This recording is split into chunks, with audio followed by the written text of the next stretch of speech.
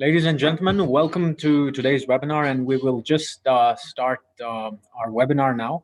I have two quick announcements to make. Ms. Mishal Hussain Malik will join us very shortly, and unfortunately, we did not have the pleasure of having the company of President Sardar Masood Khan. However, we have his video message that he has shared with us, which we will be playing in this webinar for our audience.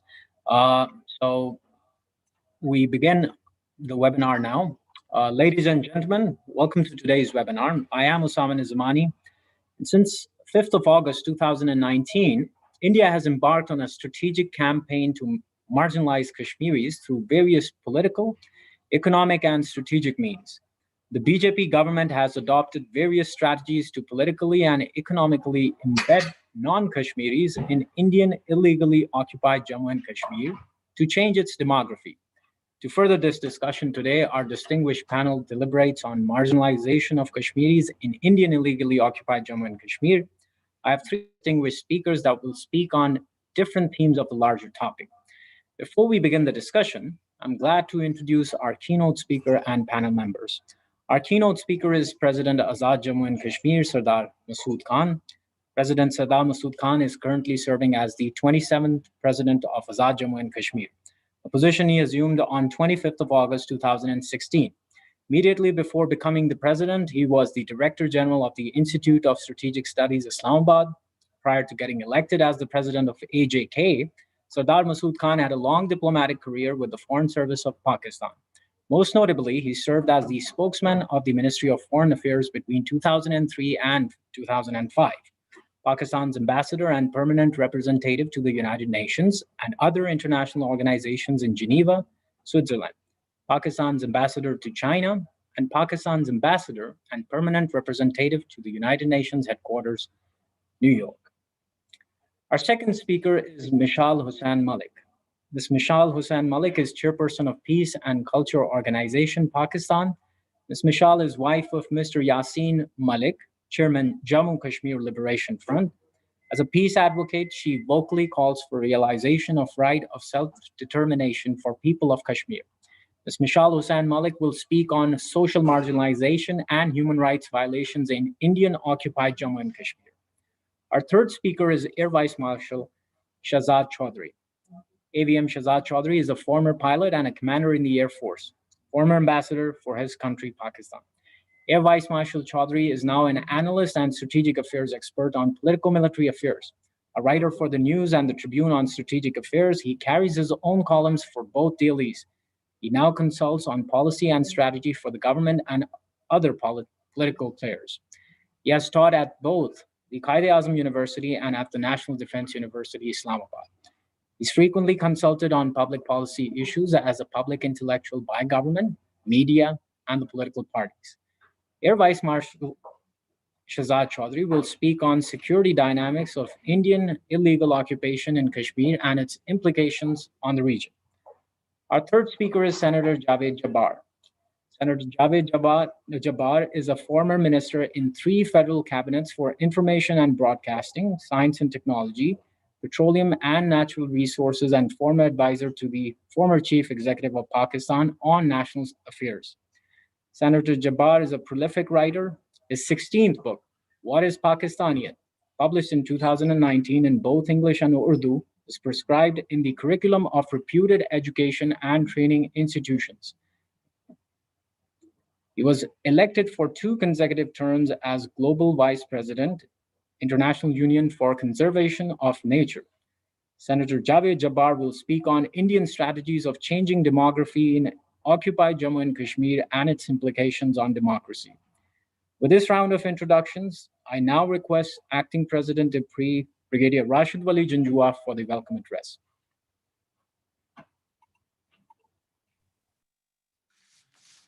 Thanks, Osama. Bismillahirrahmanirrahim. I welcome the distinguished panelists on this webinar, which is of great importance in the current environment because of the Indian attempts to marginalize and socially exclude Kashmiris. After revocation of Article 370, the current attempts at political and economic encroachment upon the rights of Kashmiris and to convert the subject Kashmiris into a minority in their own land are the acts which need to be condemned by international community. And unless there is a clear and loud message from international community, the Indian attempts to nibble away at the freedoms and the special status that the Kashmiris enjoyed would continue unabated. We know that for this purpose, Indians have lately given the voting rights to non-Kashmiris, allowing them to buy property, indulge in corporate activities and politics. So far, 1.2 million domiciles have been issued across all 20 districts of Jammu and Kashmir. And this is a clearly part of a sedulously nurtured campaign which has complete backing of Indian federal government, Indian judiciary, and Indian civil society. Surprisingly, no voices amongst the Indian academia and their civil society have risen to condemn or to criticize even mildly this atrocious encroachment on the rights of Kashmiris. We know that non-subject Kashmiris have been allowed to purchase property and cast votes. This has been made possible through two amendments in the country's land laws for occupied Jammu and Kashmir. The silver lining, however, is that there is a pushback and defiance from the people of Kashmir who are not taking these things lying down. In district bar election and district development elections, 112 out of 280 seats have been won by a 7-party alliance, which was touted earlier as pro-India. And that alliance is, of course, People's Alliance for Gupkar Declaration. So there's a faint glimmer of hope that even those parties that were once on the bandwagon of Indian federalism have started understanding the exclusionary and xenophobic nature of the Indian federalism, which in the garb of federalism is trying to impose a unitary diktat upon a state which is still in the UN Security Council as a disputed issue. Now, the conversion of Jammu and Kashmir into two union territories, Jammu and Kashmir and Ladakh, this is an attempt that was on the cards of BJP as their electoral agenda and as part of their ideology, and that resonated well with the extremist fringe in the Indian federation.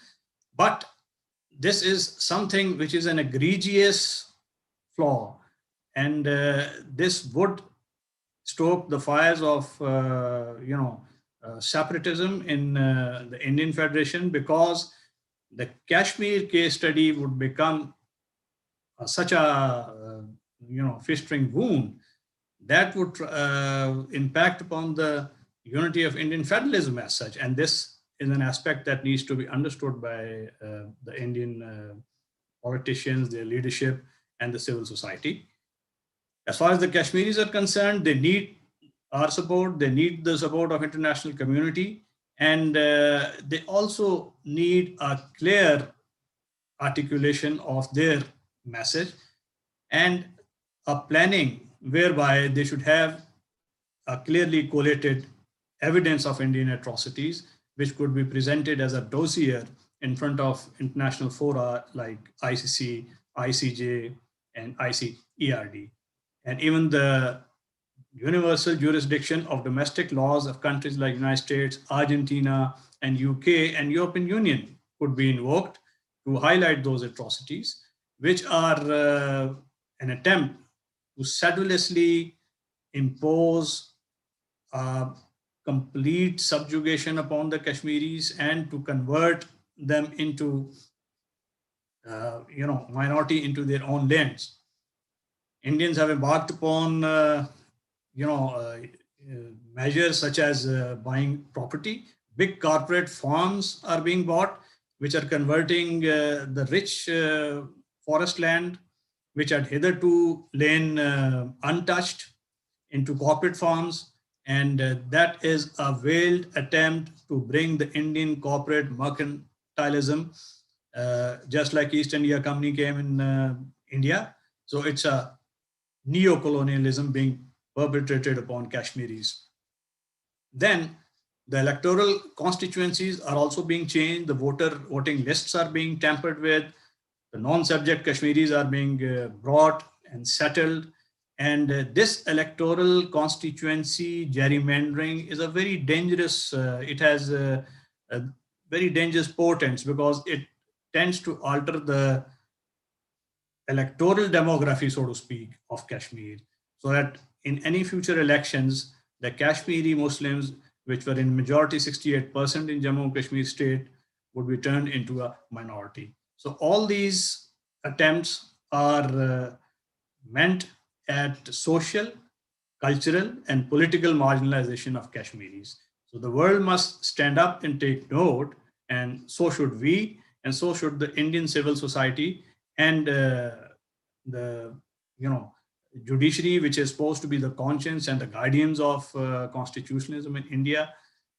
Surprisingly, has been quiet so far, but the pushback and the Kashmiris' attempts at define these measures are the only silver linings that at the moment is the bulwark between Indian attempts at encroachment on the Kashmiris' rights. So, with these few words, I'm looking forward very excitedly to listen to the panelists and to learn from them. And I'm sure uh, after their short discourse, followed by question answer sessions, we'll be a lot more wiser on the issue. So over to you, Sama. Thank you so much, sir. On this note, I also welcome Ms. Mashal Hussain Malik, who also has joined us now as a panelist for today's webinar. And I will now go ahead and share the message which was sent forth to us by President Azad Jammu and Kashmir. Kindly bear with me.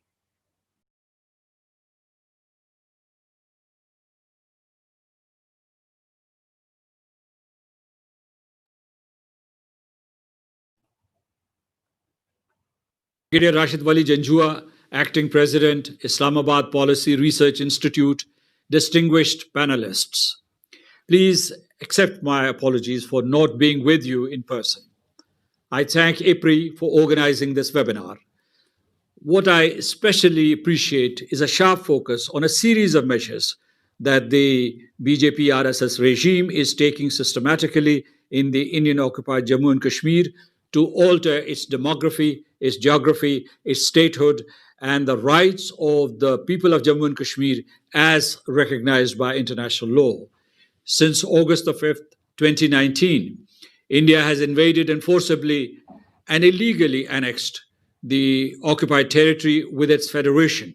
It has arbitrarily, and in fact, in violation of the United Nations Security Council resolutions, divided the occupied state into two parts and designated them as federal territories. The most sinister Indian plan to take Kashmir away from Kashmiris and Pakistan was unveiled early last year and is now being implemented ruthlessly. More than 2 million Hindus from India have been illicitly settled inside the occupied territory. Their real target is illegal settlement of more than 5 million Hindus in the coming years in the occupied territory of Jammu and Kashmir. Kashmir will no more remain Kashmir. It will become Hindustan, a Hindu Rashtra with a completely marginalized Muslim population. But that's not all. Kashmiri Muslims' legal businesses are being delegitimized under illegal edicts. Kashmiri's land is being commandeered for settlements and Hindu enterprises. Any part of sovereign territory of Kashmiris is fair game for confiscation. With the holding of the recent farcical local elections, the cycle for the total disenfranchisement and dispossession of Kashmiris is being completed. With ongoing gerrymandering or redistricting, Muslims are being reduced to a minority even in the constituencies where they have been in majority. A counterfeit political class is being imposed on Kashmiris. And that's not all. Scores of young men are being killed in fake encounters every day. Nobody knows the fate of more than 13,000 young boys rounded up in 2019 and put into concentration camps. Our top Kashmiri leadership is either in the most infamous jails in India or are imprisoned in their own houses. The entire Kashmiri population is under military siege and occupation. The crimes being committed are crimes against humanity, ethnic cleansing, and war crimes, all indictable offenses under international law. The campaign is not just about marginalization of Kashmiris, but their total annihilation. What is happening in the Indian occupied Jammu and Kashmir is genocide as defined in Article 2 of the 1948 Genocide Convention. Last year was the worst year for the population of Azad Kashmir living along the line of control. In around 3,000 ceasefire violations, scores were killed and hundreds wounded. Indian aggression has made the area along the line of control a living inferno for civilians. Despite India's policy of irredentism and colonialism, Kashmiris have once again vowed to continue their struggle for liberty and self determination. Even as we meet here today, Kashmiris are giving their blood to keep the flame of liberty burning. We are trying to break the silence of the international community in the United Nations, the Organization of Islamic Cooperation, European Parliament, national parliaments, and multilateral forums. We have had successes in persuading the world to call out India. But is that enough? Is that producing the desired results? Our struggle goes on, and yet the situation continues to deteriorate. Jammu and Kashmir, as we knew it, and as recognized by the United Nations, is disappearing before our very eyes. But there is no cause for losing hope. We will move with energy and ingenuity to reverse the vicious brutalization of the Kashmiris in the occupied territory. But condemnation is not enough. We will block their path of fascism and Hindutva doctrine. I say with conviction that the truth will prevail, evil will be crushed, and the Indian criminals will be brought to justice. I've been calling for some time to change the Kashmir movement into an international civil rights movement. That's the only way to liberate Kashmir. Finally, I request this webinar to issue a communique demanding release of our leaders, Asia Indrabi, Yasin Malik, Shabir Shah, Ashraf Sahrai, and Musarrat Alam Bhatt, and remove restrictions on Sayyid Ali Gilani and Mirwais Umar Farooq. I wish you successful deliberations.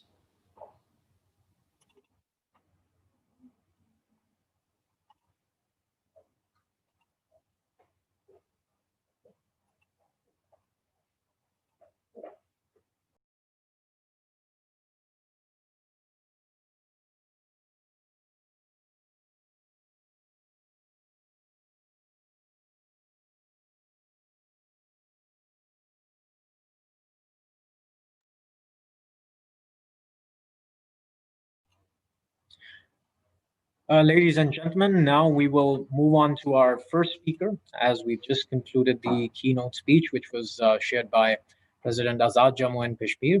And for this, now I will request Ms. Mishal Hussain Malik to kindly present her views. And before I ask her to do so, I'd like to,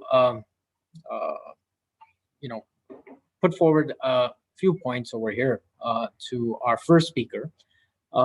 Since India's move on August 5th, 2019, is something that isn't the first act which added to compounding the ongoing human rights violations and social marginalization in Indian illegally occupied Jammu and Kashmir. My question to our panelists, especially to Ms. Vishal Hussain Malik, is how did the move after and the moves after August 5th have multifold aggravated marginalization and added to unending list of the human rights violations in IIOJK? Ms. Mishal Hussain Malik, the floor is yours.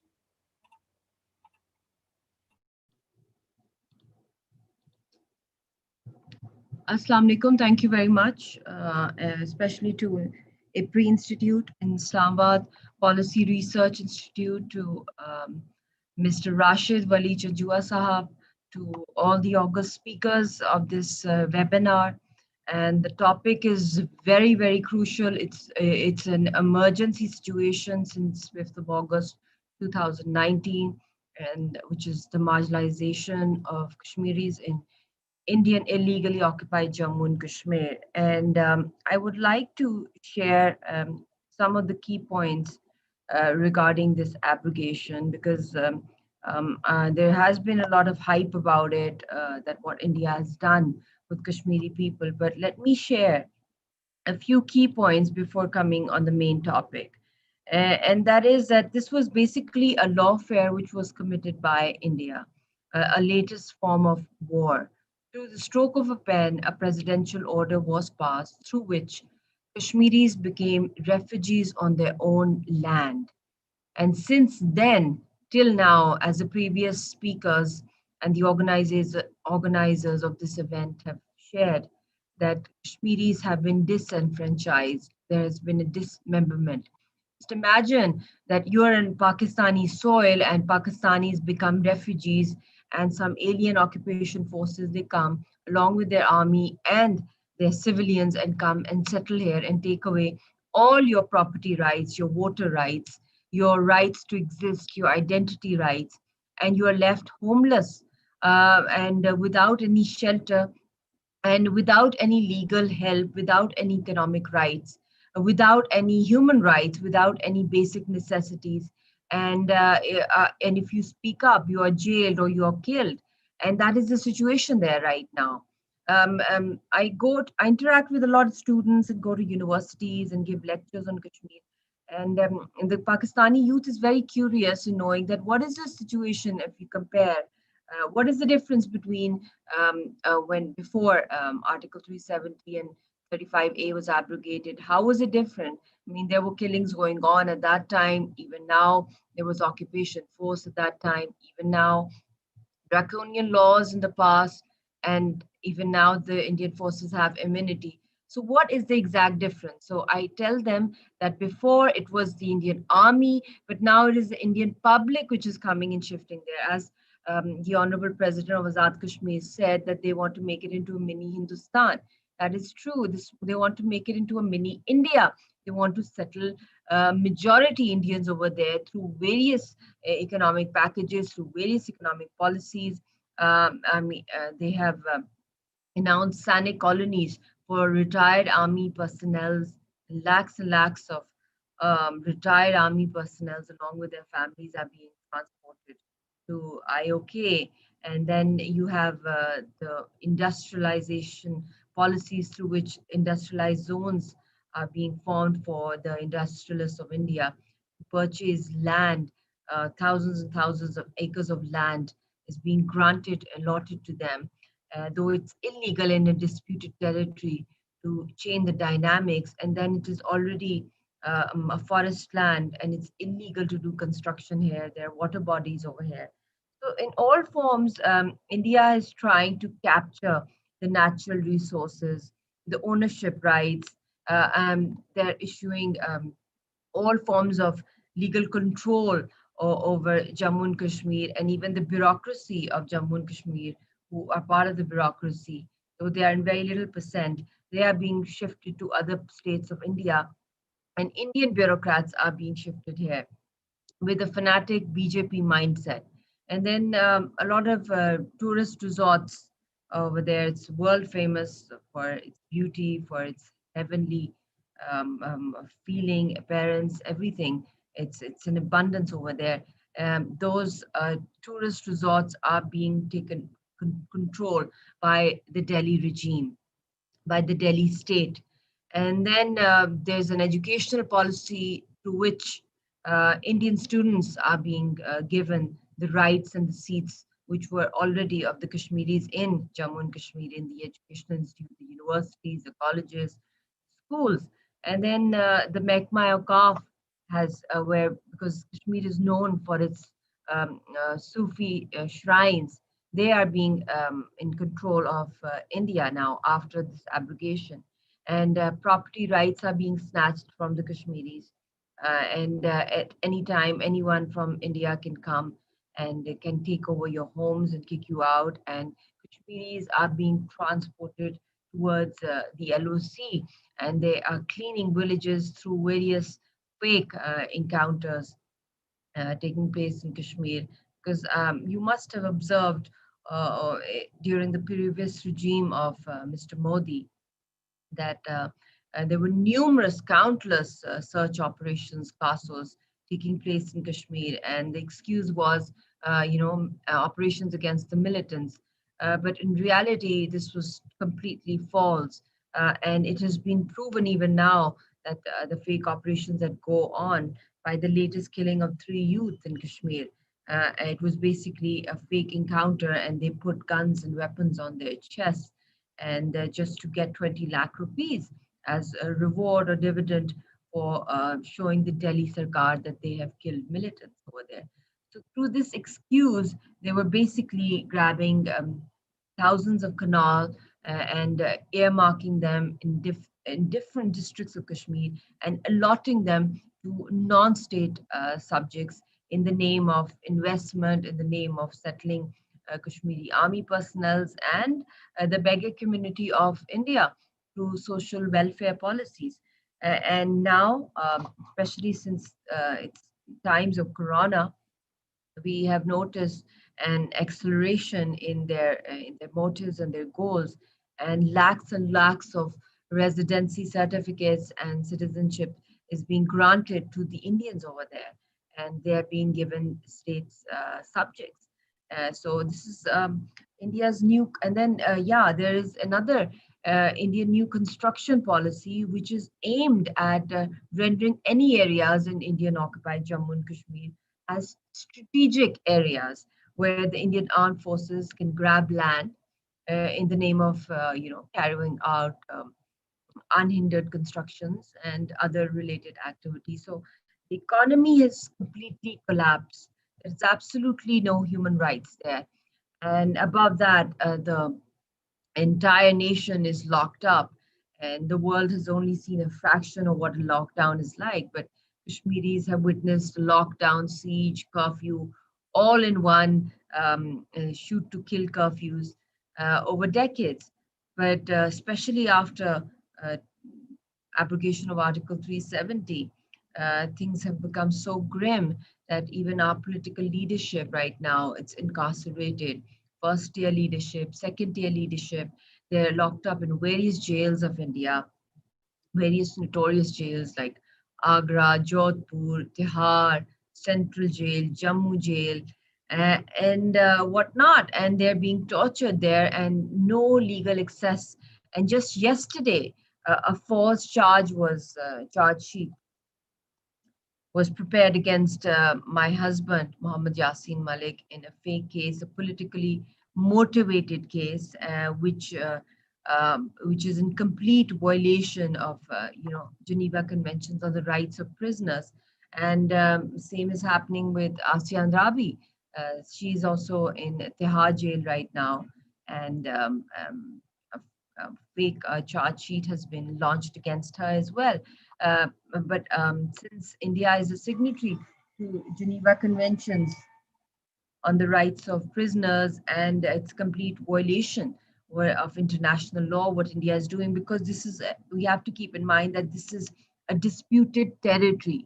The Indian law does not stand here. It's basically the international law, the principles and the standards which are enshrined in treaties, including the Geneva Conventions and international covenants on civil and political rights, the Convention Against Torture and other cruel, inhuman, and degrading treatment and punishment, as well as customary international law codified in standard minimum rules for treatment of prisoners adopted by the United Nations General Assembly and Security Council.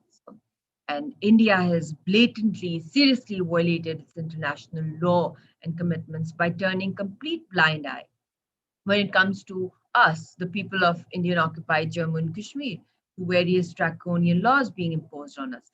And what's really scary and dangerous is that they can even prosecute our leadership. I mean, they are not being given any legal access. And Yasin is right now, my husband Yasin Malik, he has been kept in Tihar jail since 2019 in a death cell, a 5 by 7 feet death cell with an open toilet. And I have not been allowed to speak to him for over 2 years now. And for us as a family, it has been one of the biggest traumas for us that we cannot recover from, because no legal access, we can't communicate with him. And now these hearings, politically motivated cases, and the vendetta against Yasin Malik has been exposed through the decisions that are being made by various courts of Jammu, Delhi, NIA. They basically want to transform our entire internationally recognized political struggle into a terrorism struggle. I'm sorry, into terrorism. And for that, they have created NIA, National Investigation Authority, that is leading. It has a main role in demonizing and delegitimizing our freedom struggle. And you have Asian Rabi, you have Shabir Shah, you have Saeed Ali Gilani Sahab, you have various other first year and second year leadership locked up or house arrested. And they want to make our movement completely leaderless. And this is very harmful for the Kashmiris, because whatever they're doing right now with Yasin Malik, especially my husband, it's a complete judicial murder through the trial that you can follow the details. They're available online. The Indian courts have used the death penalty as an instrument of terror in prosecuting Kashmiris who support the legitimate freedom struggle, and they have constructed underground torture cells in Jammu and Kashmir, where thousands and thousands of Kashmiri youth are locked up or being tortured, and their families don't know where they are. They're missing for their families. Their whereabouts are not known, and they are in search of their loved ones. And at the same time, you can see what's happening in Corona. There are hardly any health facilities available, even in the past. During various lockdowns, months and months of curfews, Kashmiris were starving to death. There were no basic facilities available for them. Food supply, extreme shortage of food supplies, no medicines, vaccines, and now in Corona, hardly any testing kits. And even in times of Corona, people are being killed, fake encounters are being committed, thousands and thousands of residency certificates are being allotted to Indians, and how new housing societies are being constructed. So it's a scary situation what Kashmiris are going through right now, and our leadership is they're literally being made a scapegoat, and because of the abject failure of Modi's policy within India and within Kashmir. So, and resurrection of Paul's 31-year-old cases in Tada is definitely politically motivated and a vindictive policy of the Indian government to eliminate or to remove, God forbid, the leadership who is definitely part of the solution and not part of the problem in Kashmir, because our leadership and our public has never been an obstacle for a peaceful solution on the Kashmir issue. We've always encouraged the better ties between India and Pakistan, and finally settling the issue. But each time, if you go back the past 50 years, half a century, Kashmiris and the Pakistanis, governments, various governments, have encouraged dialogue and have participated in dialogue with India to find a solution for the Kashmir cause. But each time, India has ditched the peace processes or the dialogues since Shimla. You have the Agra summit, you have the Lahore Accord, you have various of the 4 points of General Musharraf and whatnot. I mean, various dialogues between the foreign secretaries of India and Pakistan on Indo-Pak dialogue, but the intentions of India have never been clear. They've always been deceiving, and they have ditched the peace processes, and they've been busy and involved in dilly-dallying tactics. And through those dilly-dallying tactics, they have gained another 50 years of occupation.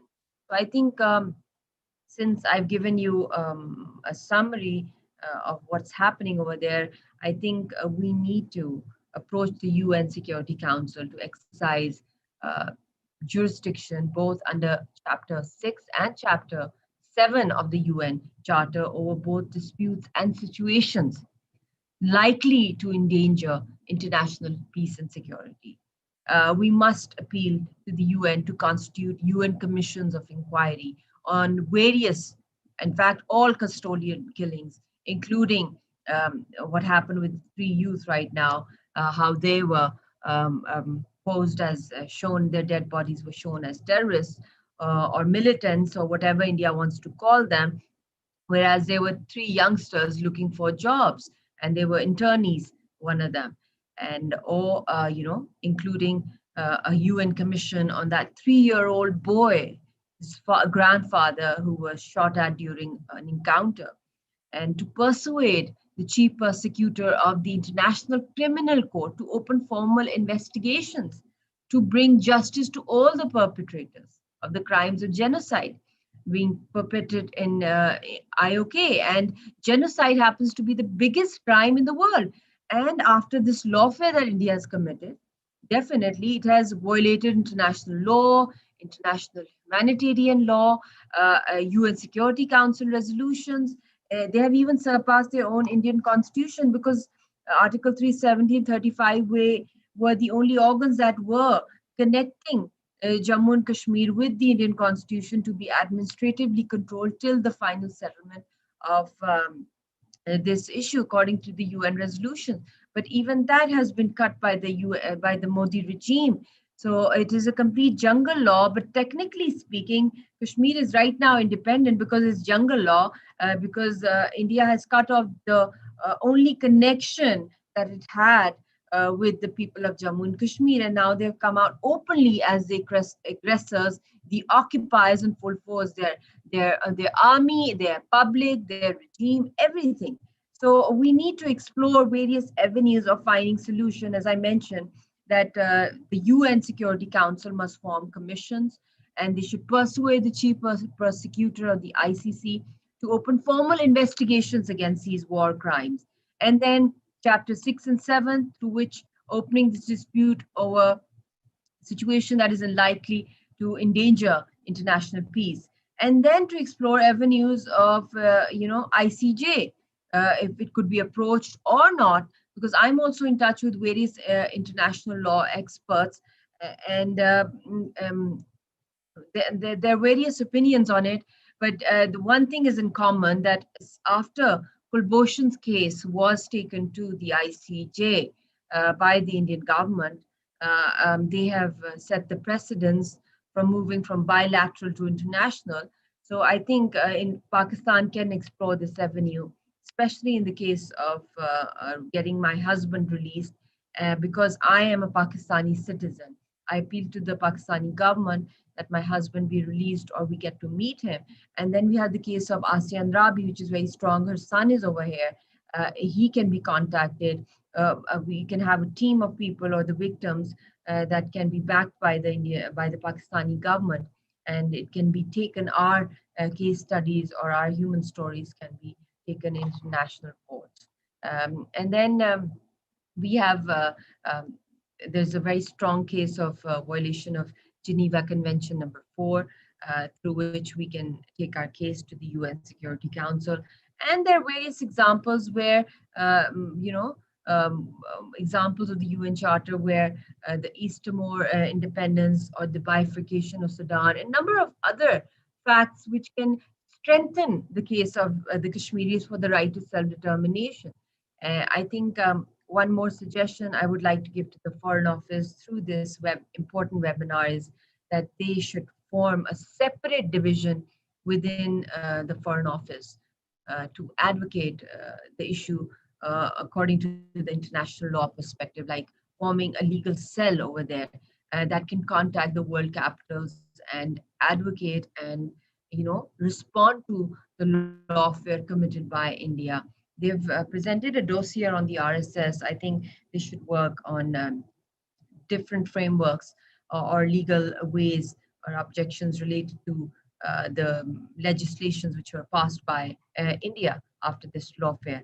And I think it's very, very important that we should all, as a nation, the Pakistani nation, the intelligentsia, the civil society, various political parties, and we must all sit together and at least for the next 5 to 10 years form a policy through which we can internationalize the Kashmir issue and focus on the UN mechanism, the UN rapporteurs, the UN procedures, the ways through which we can, start our public relations effort to implant the Kashmiri narrative of the reasons for the conflict and ways of solving it and exposing and delegitimizing India.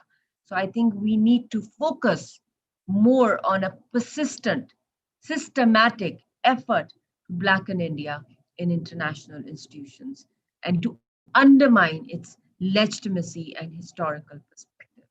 Thank you so much. Thank you so much, Ms. Mishal Hussain Malik. And now I will move on to our second speaker, Air Vice Marshal Shahzad Chaudhry. AVM Shahzad Chaudhry, as someone of your stature who has a keen eye on the security affairs of the region, Jammu and Kashmir, as experts have warned, remains to be a nuclear flashpoint, given the kind of complex security situation which can re-trigger an interstate crisis between India and Pakistan, as we saw in February 2019. How worse are the prospects of a serious crisis escalation between India and Pakistan, and how could the region be impacted as a result of this? AVM Shahzad Chaudhry, over to you, sir. Thank you very much, Osama, and thank you very much, Japri, for having me on your panel.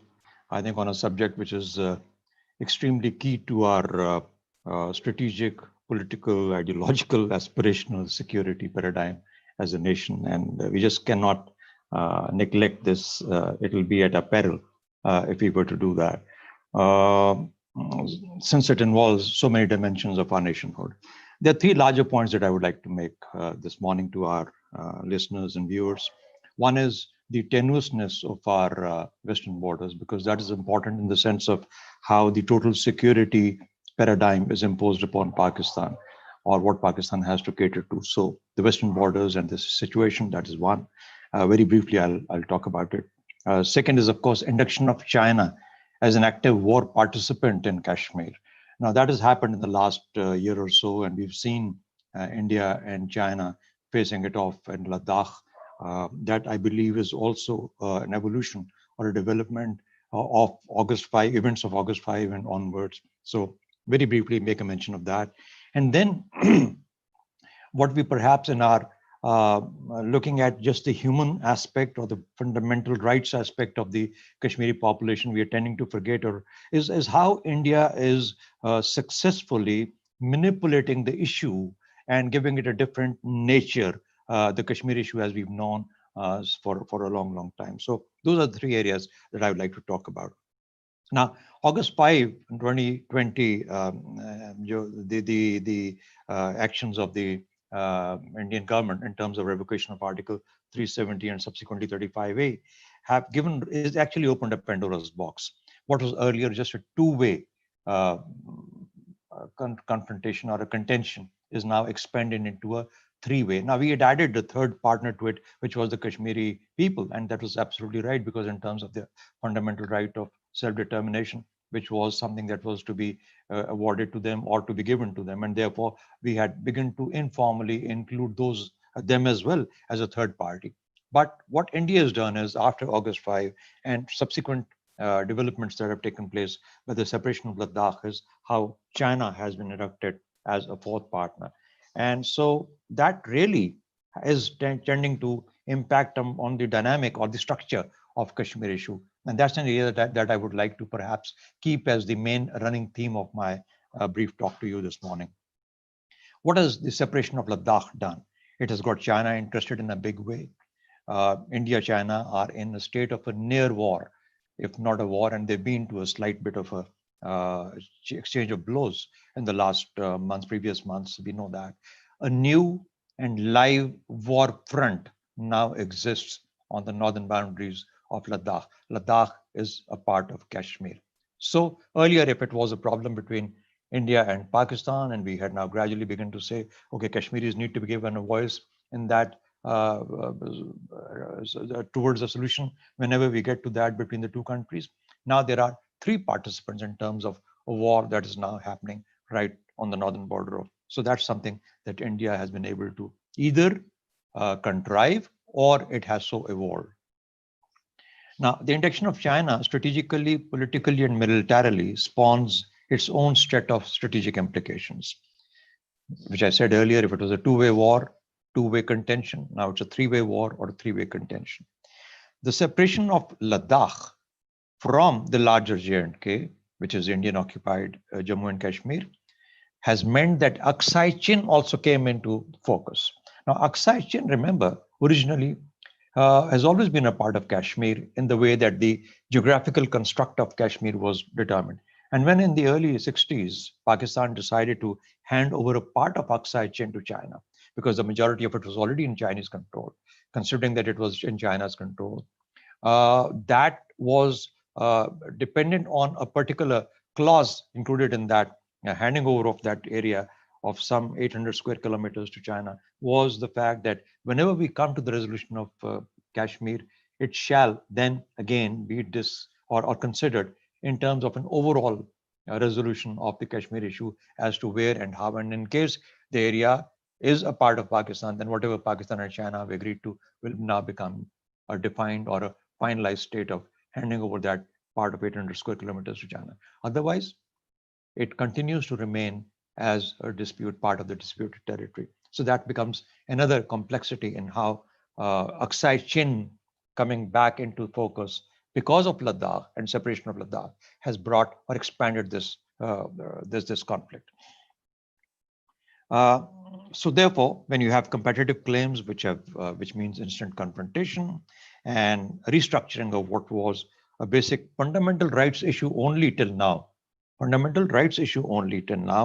into a more of a war and a conflict situation. So when you compare of something of an ominous war that is likely or that is happening or almost there or a near war situation, vis-a-vis the rights of Kashmiris or the restructuring of Kashmir as done through the revocation of Article 370, suddenly you find that a threat of a war or a looming war or a near war perhaps is far greater to the world compared to the rights of self-determination which Pakistan and the Kashmiris have been fighting for and the Pakistanis have been championing. So is there a design in this by India? I'm not sure, but this is one of the impacts or effects that has come about. And we as Pakistanis need to have an answer to this as to what to do about that. Secondly, already a lot has been said by the president, and Mashal made a very good presentation as to the state of the Kashmiris in the valley and in Jammu, and how the demography is being changed in that in those regions, and how people are being inducted there. That's a known fact. But there is an administrative separation of Jammu has already always been there. But when you begin to bring in numbers of pundits back in such a large number, you basically, even if you have J&K together and you have made two separate portions of the Indian occupied Jammu and Kashmir and Ladakh and J&K, essentially you are creating or giving a different color or a different hue to the composition of Jammu. And when you do that, you obviously convert it from a Muslim majority region into a Hindu majority region, and therefore begin to develop a new set of, already based around the administrative separation, into a new political separation as well. So so in my judgment, even though India, through the restructuring and revocation of Article 370, may have said 2 portions of Kashmir, in my judgment, there are actually 3 portions of Kashmir that are there. So that's the second aspect we need to keep in mind, because Jammu, or the status of Jammu, whenever we come to discussions, talks under the UN, or for that matter, bilateral between India and Pakistan, this shall again appear as another sticking point for us. Okay. What it has also done, when you separate Jammu, what it has also done is to bring about the centrality of the Kashmir Valley. So the valley, the Muslim majority valley, begins to be seen as a slightly separate entity. And although that is true, where the demographic changes are occurring, and when people are being settled over there in the name of economic development and their developments, etc., being given large lots of land and for development of hotel and etc., those kind of stuff. But really, the majority of the valley can never be tainted with as much as perhaps it can be done in Jammu. That brings about a natural contiguity with the Pakistani portion of the Jammu and Kashmir, what we call the Azad Jammu and Kashmir. So this contiguity of the Kashmir Valley, as the Indian occupied Kashmir Valley, and that of Azad Jammu and Kashmir, this contiguity then creates a sort of a natural affinity for each other. So when you begin to separate what was earlier a larger J&K state or J&K dispute in geographical context, you begin to see how the geography is now being changed to reach certain decisions in the future, which could possibly, whenever discussions take place, a resolution takes place, this could lead there. All of these have political and security implications that I'll come to later. So that is that. So when I look at, and when that happens, the status of Gilgit-Baltistan also comes into question. We must not forget that Indian leaders, Indian BJP government, Narendra Modi and his defense minister have all made claims in the parliament, making claims or reclaiming Aksai Chin, Gilgit-Baltistan, of course, Azad Jammu and Kashmir as the parts of India. And there's of course cartographic exercise going on both sides. So when I look at Kashmir, Jammu and Kashmir, as the way that the dispute stood in 1947 or subsequently, when the UNSC resolutions came, it has now been gradually reduced to 6 separate areas of contention. And that's the worrying part. For example, Ladakh, Jammu, the Srinagar Valley, Azad Jammu and Kashmir, Gilgit-Baltistan, and Aksai Chin. So when you reduce it, what you're trying to do basically is crowding out the perception of Kashmir as it has withstood over the last 7 decades into newer dimensions of newer perceptions, which will now look at 6 subsets or 6 separate issues of Kashmir. And that dilutes the importance of the UNSC resolution. And that's an area we need to be worried about as well. Okay, what it has done is to create a larger threat of military wars. Of course, India, Pakistan are already known. And as said, I'll speak about the Western borders. The tenuousness of the Western borders is established. India has a very big hand in about 60 odd camps that are there in Afghanistan, where groups which are against Pakistan are being trained and tasked to come and create havoc or the kind of a 4th generation warfare against Pakistan from those borders. Iran, we've known, Balochistan, the state of Balochistan. So that's going on. And simultaneously, you have, of course, the eastern borders of Pakistan, where India is projecting its force. And there's always this threat of a looming Indo-Pak war. And I hope it doesn't happen, but that is how it is being perceived. So that's the second aspect of it.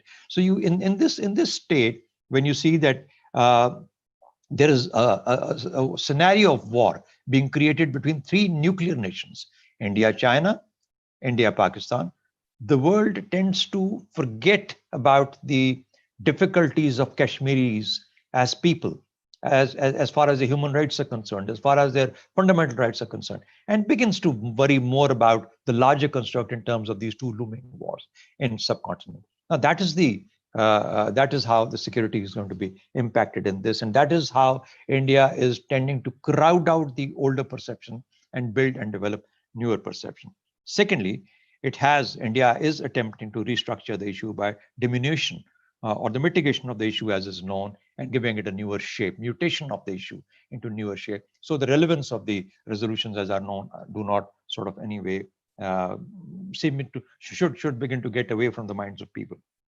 Thirdly, what it has done is creation of this hype of war on both fronts has given India the ability to add more troops to these areas. We know a couple of divisions have been added, in fact, more than that, into Ladakh. And therefore, that's a militarized zone now, which is as much a part of Kashmir, as well as, of course, the fact that that also helps them add troops into the valley and Jammu area. And so, therefore, it is now the densest military population anywhere in the world from which already what it already was. So what are the threats that exist? Frankly, in my mind, India would not mind if Pakistan escalates the situation into a military situation. It's basically what we were saying earlier is lawfare. Lawfare converted into a threat of a looming war, and were any side to enter war, that is India, Pakistan, Pakistan or China with India, it will add to the cloud and the cover that India wants to give to the whole issue. So it's like distracting people from the main issue of Kashmir, or the intensity or the focus that Kashmir has gotten in the last decade or so in terms of the independence movement and how it's indigenized, how it has been indigenized by the Kashmiri youth. So that is, I think, is a threat. War should remain as the ultimate resort. It is actually meant to be an ultimate resort, and comes in whenever there's a political vacuum. So what we find in South Asia today is a political vacuum, because on Kashmir, between India and Pakistan as well, on many issues, on many other facets, there is absolutely no political legwork.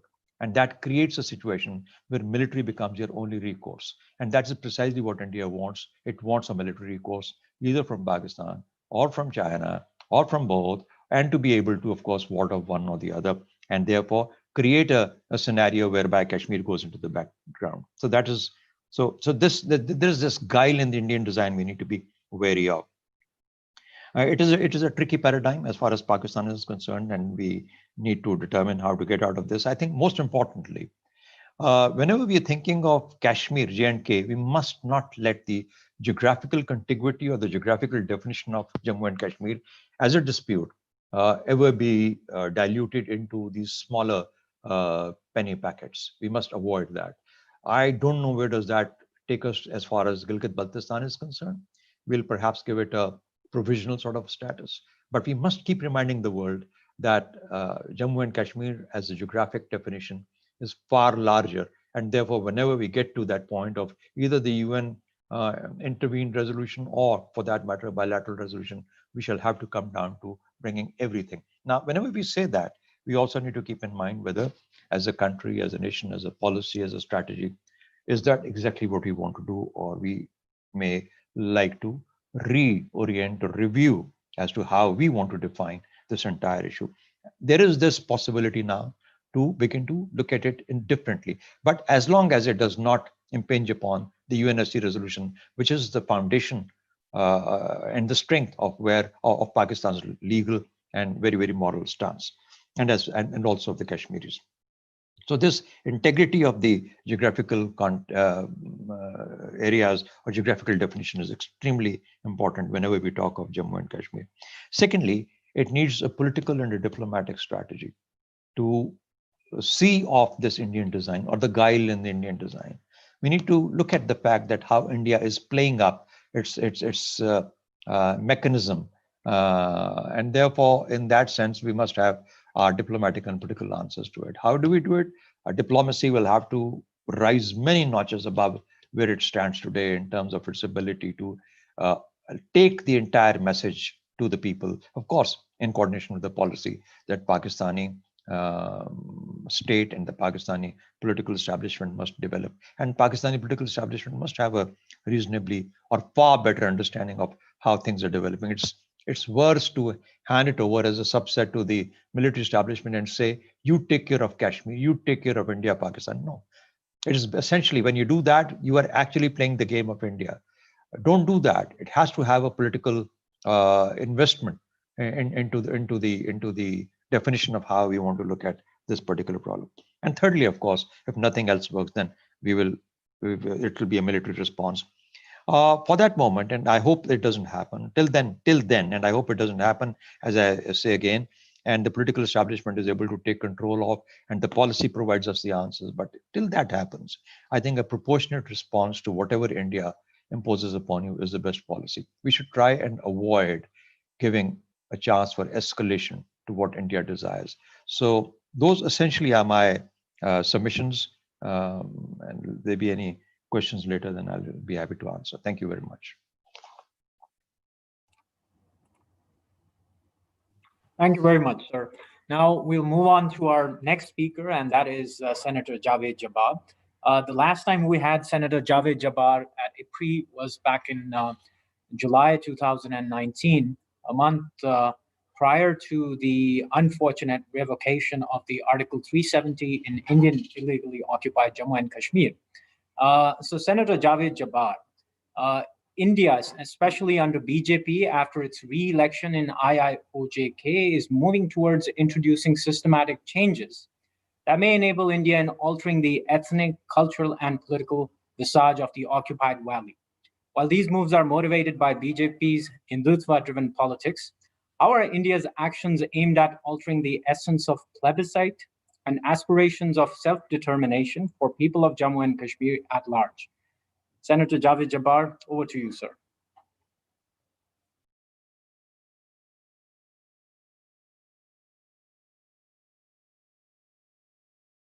So kindly unmute yourself, please. Can you hear me now? Yes, sir, you're audible. Thank you. Bismillah ar-Rahman ar-Rahim. Thank you, Brigadier Janjua, for your gracious invitation. It's a pleasure to be back with IPRI. I have a fairly strong association with it because someone had asked me to be the chairman. Fortunately for IPRI, it was a very short tenure back in 2000. So IPRI survived my chairmanship and it has gone on to do excellent work. And I'm sure your leadership will continue to benefit it. And thank you, Osama Zamani, for your introduction.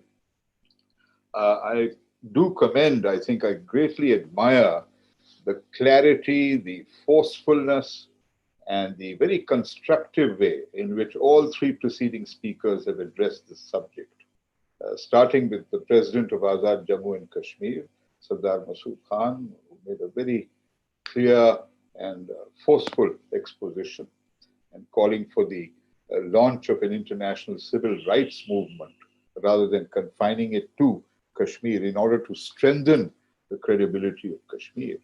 And then Mishal Malik made an extremely comprehensive presentation which had this additional emotional without being volatile or imbalanced. This is deeply emotional and very persuasive relationship because her own husband is a living witness, a prisoner held against all norms of justice.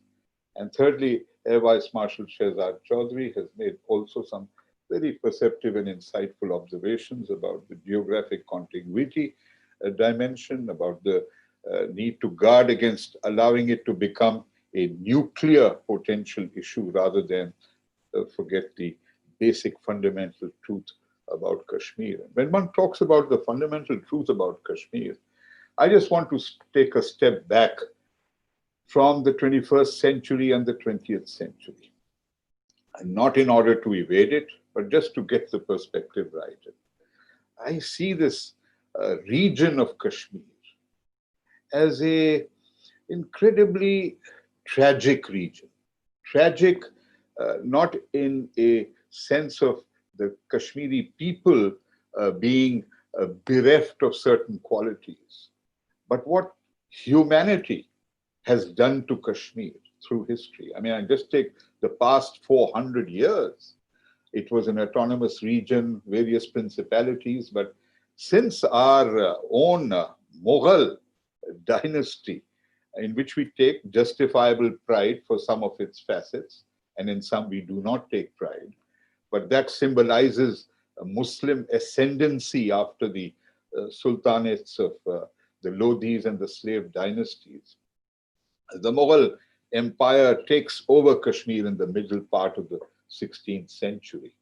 And, perhaps Kashmir benefits by that. I don't know. There'll be a greater need to study that. But then just about 170 years later, the Afghans end Mughal suzerainty over Kashmir. But then Kashmir's history regresses. I mean, I see Kashmir not just as an occupied territory from 1947. The occupation of Kashmir began 400 years ago. 400 years ago, because ultimately in the 19th century, it reaches a new level of shallowness when Ranjit Singh occupies it, and then abysmally in 1846, Gulab Singh virtually delivers the terrible blow of purchasing Kashmir for the price of 75 lakhs. So, I mean, here we are talking about an incredibly diverse, distinct, beautiful region, a syncretic Sufism ingrained into it, one of the world's most beautiful landscapes, subjected to occupational wave one after the other, until we come, of course, to 1947. So there is a great deal to redress. In addition to the terrible injustice done to Kashmir by India since 1947, I think humanity and South Asia owes the people and the great land of Kashmir a debt of honor. My second element concerns the actions of 2019. And again, we need to go back to 1947, not just because of the instrument of accession. I mean, because the focus is on BJP, we tend to forget that the genesis of BJP is, of course, the Hindu Mahasabha, the RSS. But you take the record of the Congress, which so hypocritically talks about its secularism compared to the BJP, but step by step, it was the Indian Congress Party that aggravated, that magnified, that deepened India's barbaric occupation of Kashmir, step by step, 1947 onwards, whether it is by the disregard of the constitution, the constant interference from New Delhi, the use of law, the misuse of law, the use of the administration, the civil administration, and then the crudity of military force. So I relate this to the fear in the Indian psyche. And I make no difference here in the psyche of India between the civil and the military. They like to say, in India, the military has never intruded into the political domain. The Indian military has always played a covert role in shaping India's policies on Kashmir, as it does on the nuclear issue and others. And it has reflected at heart in the Indian psyche a fear of the two-nation theory. The two-nation theory, which is the foundation for Pakistan's rationale. And initially, there was this mockery of the two-nation theory in 1970 when East Pakistan became Bangladesh. But actually, the two-nation theory was reinforced in 1971 because Bangladesh abhors the idea of ever being, God forbid, merged into West Bengal or go back to India. Bangladesh is proudly Muslim, predominantly. And the actions of India, starting in 47, but culminating in 2019, actually express their mortification about the enduring power of the two-nation theory. Because here is Kashmir, the only Muslim majority region, literally mocking India, mocking India's inability, the Indian state's inability to accept the validity of the two-nation theory. Because within India today, there is something called the Muslim nation. I mean, the Muslim nation in India may speak different languages. The Keralite Muslim may not understand what the Bengali Muslim is saying, but they are bound by faith. They are bound by a creed that is higher than language. And there is no possibility of denying the fact that there is a sense of affinity within the Muslims of India, more so after the rise of the BJP to central power in New Delhi. So, behind the Act of 2019 is not only Kashmir, but it is beyond Kashmir. It extends to the whole of India. It is the fear of the two-nation theory having a potency and a persuasiveness and a legal and moral and political legitimacy which threatens the hypocrisy of the Indian state that claims to be secular and at every step has been retreating from its secular stance and becoming more and more a chauvinist, parochial state. So, if that is the context in which India has acted, how do we look at what it constitutes today in 2021? How do we begin to deal with what I call a predator state? And when I say a predator state, it is not to deny the fact that it has, to its credit, been very, very regular with holding elections.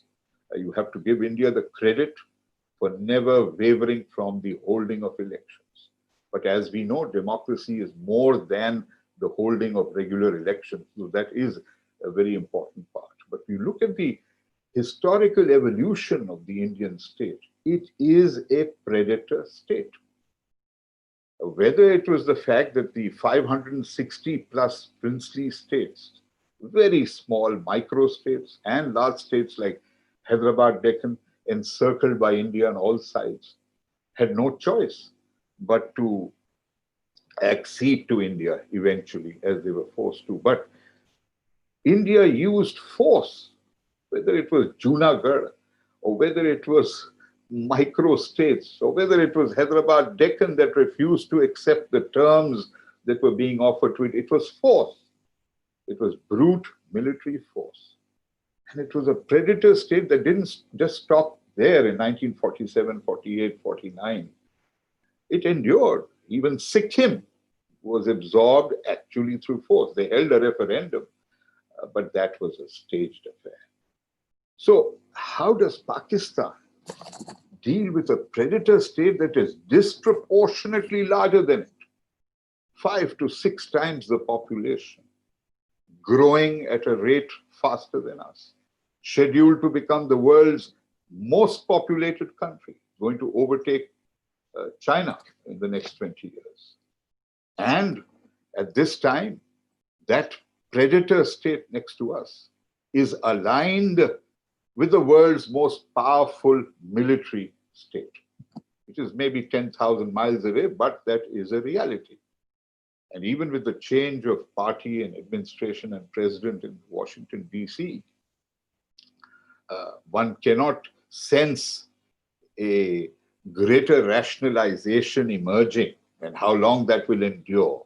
There is something inherent to these large, aggressive states that is very difficult to cope and to contain.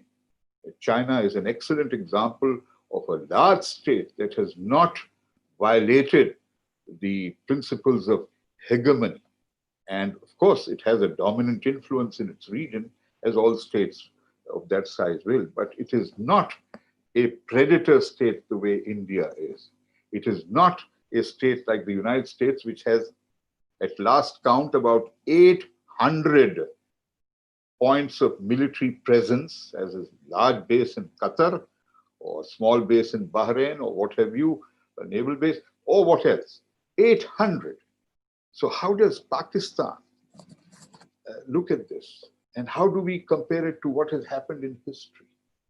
Well, the first and foremost thing is, of course, not to be intimidated by a predatory state.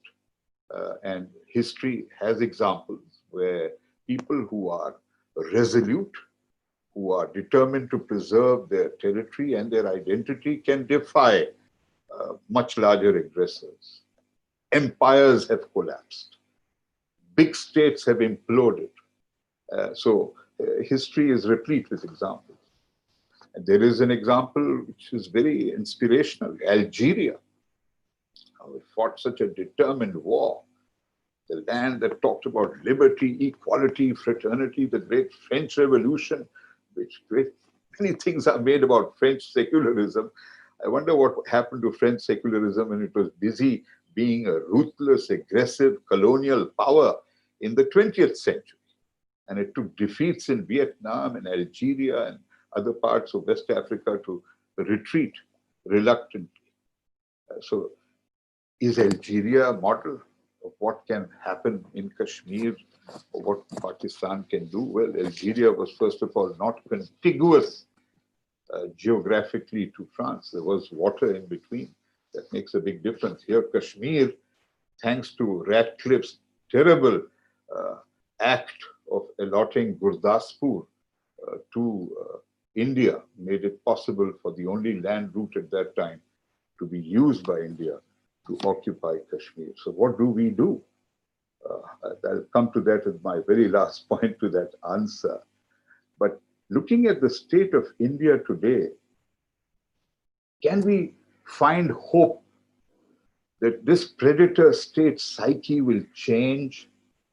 Because if you go by the last election turnout, the vast majority of Indian voters voted against Hindutva, against BJP. 63% voted against it, but 37% used in the first past the post system gave BJP a decisive majority in the Lok Sabha. But does that 63% represent the reality of the Indian mind, particularly on Kashmir? They may disagree with BJP on Hindutva, marginally or substantially, but do they disagree on Kashmir? If you go by Indian media, which is probably the biggest obstacle to changing the psyche of the Indian predator state, certainly not. So we have a tremendous challenge here. And the core challenge is, how do we go about addressing change? Well, first of all, we have to change global public opinion. And global public opinion suffers from both things: attention deficit disorder in the age of anarchic media proliferation. Everyone suffers from attention deficit disorder. But not just attention deficit, it's a crisis disorder. There are multiple crises going on around the world today. And do they want to focus on Kashmir? Look at the apathy with which they've turned away from Palestine. Leave alone the Western world, it is fellow Muslim Arabs who are turning their back on Palestine. I mean, Kashmir, we've been suffering long enough with the lack of resolute Arab support. But look at the depth to which they have sunk today. And if you want to change global public opinion, well, perhaps public opinion in many of the fellow Muslim countries doesn't matter, because the governments and states behave on another level, regardless of public opinion. And Pakistan can take pride in being a very robust, pluralist, loud, chaotic democracy compared to most other Muslim and Arab countries. My God, we can truly be proud despite our deficiencies. But we have a formidable task to do. Perhaps the international civil rights movement, which the president of Azad Jammu and Kashmir referred to, suggested. Should we go to the UN Security Council? Because the second element is we have to mobilize support from other states. While we try to build public opinion in our favor, suffering from attention deficit disorder, we also try to change state policy. Well, for the next 2 years, I don't think we are going to get anything from the UN Security Council, with India as a non-permanent member already grabbing attention on some of the subcommittees of the Security Council, including Afghanistan, reportedly. I hope that's not true. My God, we have a formidable task ahead. And we probably should return to the Security Council when India's term ends. But we shouldn't give up trying. And we hope that, of course, that the people of Pakistan themselves will maintain an informed awareness, because there is this aspect of presumption of knowing what's happening in Kashmir, and not keeping track, thanks to the news media in Pakistan, commendable commitment of state media, which has often been blamed for being propagandistic, which it is for the state and the government of the day. But it is PTV and Radio Pakistan who, for 72 years in the case of radio, and whatever 40 plus years in the case of PTV, every day they have kept the people of Pakistan and the world informed of what is happening. Well, everyone doesn't read newspapers. Now, of course, with social media, it is quite different. So, I think the greatest source of strength in dealing with this predator state and overcoming the injustices in Kashmir is the will of the people of Kashmir. I don't place too much store by the migration that is being forced of non-Muslims into Kashmir. Yes, it may make a difference, but it cannot bend and crush the sense of Kashmiriyat, which has survived 400 years of occupation, long before the Indian state got in. Kashmiriyat isn't going away anywhere, hopefully. And we look at history, strong identities outlast colonial occupation. And perhaps before I conclude, I would just say that one should not, without being cynical or wishing anyone ill, I'm not certain how the predator state will evolve over the next 10 to 15 to 20 years. Considering its own inherent organic problems, whether it is the Northeast, whether it is the disaffected, whether it is the farmers' movement that shows no sign of abating, it is regional, but it also expresses a nationwide discontent. Can such an unwieldy, large, huge, ungainly state really survive and remain as predatory and aggressive? I have a question mark there. Let me conclude by saying that it is a paradox. That the most effective way that Pakistan can help secure justice for Kashmir is for Pakistan to transform itself.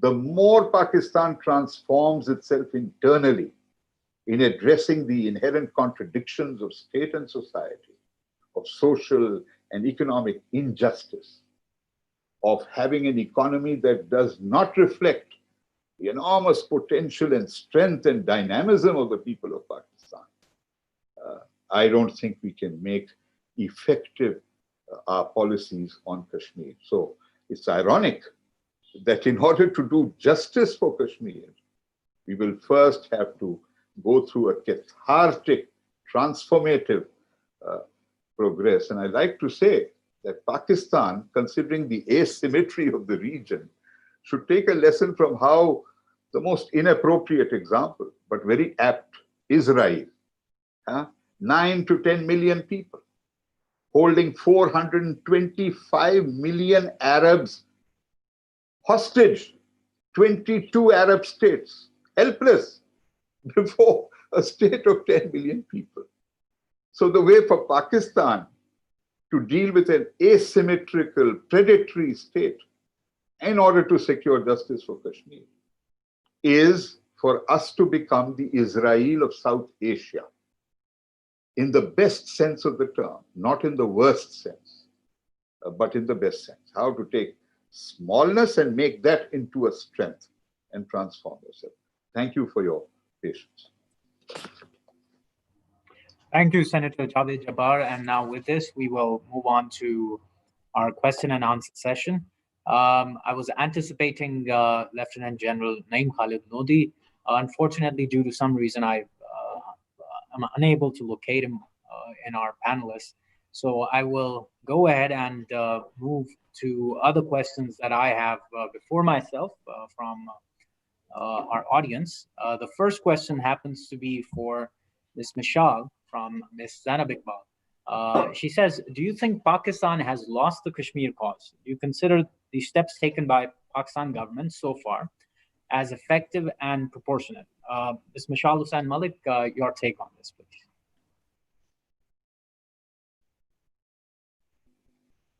Ma'am, I may ask you to kindly unmute yourself, please. Yes, thank you for the question, but I wouldn't say that they have lost the case, but yes, it's troubling times, and Kashmiris are facing a colossal loss. But as I mentioned in my speech, some of the suggestions that it's high time to build a legal cell within the Foreign Office, and we need to have a persistent, systematic policy strategy to blacken the efforts of India in the international institutions, be it declaring RSS a terrorist organization, and there are various proofs and evidences and incidents in which RSS has been involved over the decades, be it the Mecca bombings, be it targeting the Christians, be it the genocide of the Jammu Muslims in 1947, and now the RSS-backed government. So I think we need to focus on ways of exposing India to the world. And then we have China involved in the Ladakh issue. So right now, it's 3 nuclear countries eyeball to eyeball. And I think it's very, very important that the world should realize, especially after February 27th, when nuclear codes were exchanged in 2019 during the election campaign of Mr. Modi, what happened, we were very close to exchange of a micro-nuclear war. And even a micro-nuclear war could have exchanged, God forbid, could have engulfed or could have affected the entire globe. The nuclear impacts, nuclear famine, nuclear ice age. So this is a very, very important issue for South Asia, for Pakistan, and for all the neighboring countries that are irked, that are irritated, that are being affected by the Akhand Bharat narrative. I think now Pakistan must focus on the P5 countries, not just focus on the Muslim Ummah for help, but also for the regional help, be it Bangladesh, Nepal, be it China, Iran, Afghanistan. America is exiting from from Afghanistan, and then Ladakh, what's happening between India and China, and then making 1.5 million Bangladeshi stateless through the anti-minority bill. So there are various factors, and now you have the anti-farmer bill taking place and the movement going on over there, and what's happening with the minorities. We need to unify with all those voices and all those communities that are being affected by the fascist regime of India under the Modi regime. So I think it's very important to work on that. And then Pakistan's government and also the opposition parties right now, I think they should stop fighting with each other right now, the government and the opposition parties, and they must come together on the table and now focus on the core issue of Kashmir, because this is not time for local politics.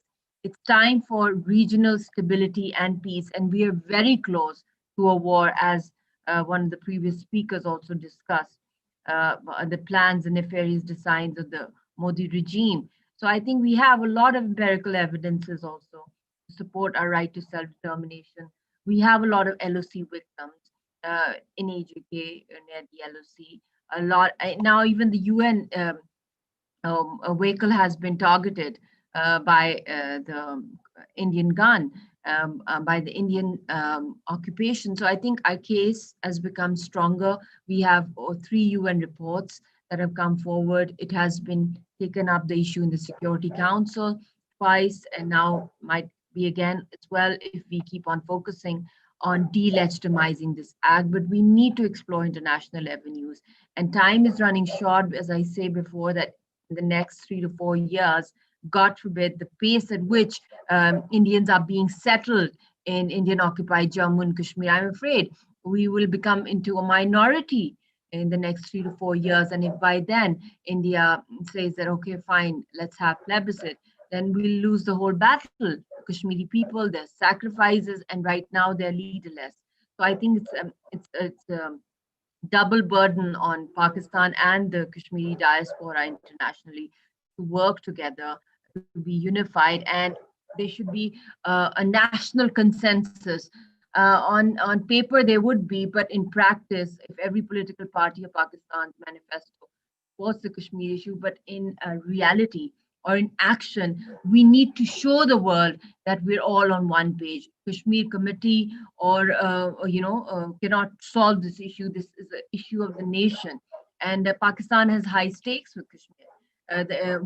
Pakistan is an agricultural economy, and the water comes from Kashmir. And then over 50% of our industry of Pakistan depends on Kashmir water. Even the nuclear runs on Kashmir. You need water for that, electricity, and then the Silk Route passes through Kashmir. So it has a very important economic perspective to it for the region and for making the CPEC successful.